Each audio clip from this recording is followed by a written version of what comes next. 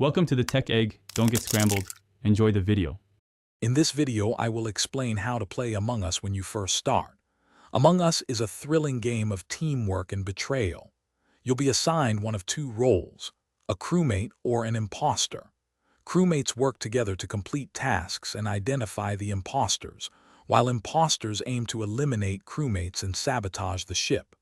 Understanding your role and objectives is the first crucial step to enjoying the game.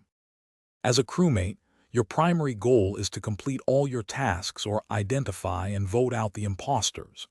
Focus on finishing your task list, which typically includes about 5 to 7 individual tasks. Pay close attention to other players. If you see someone acting suspiciously, like standing still for too long or not doing tasks, remember it. Reporting dead bodies is vital to start discussions and share information. If you're an imposter, your mission is to eliminate enough crewmates to achieve victory or win through critical sabotages. You have unique abilities like sabotaging lights, communications, or the reactor, which can create perfect opportunities for eliminations. Use vents to move around the map quickly and secretly. Pretend to do tasks to avoid suspicion and blend in with the crewmates.